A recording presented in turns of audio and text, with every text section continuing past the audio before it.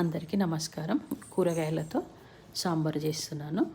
కొద్దిగా చింతపండు నానబెట్టుకొని మన ఇంట్లో ఏ కూరగాయలు ఉంటే ఆ కూరగాయలు కట్ చేసి పెట్టుకోవాలి.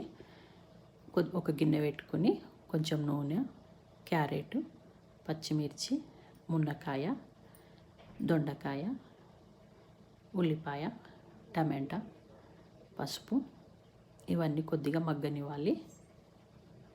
ఇవి మగ్గిన తర్వాత సరిపడా కారం, సరిపడా ఉప్పు, మళ్ళీ కొంచెం మగ్గిన తర్వాత సరిపడా నీళ్ళు పోసుకోవాలి.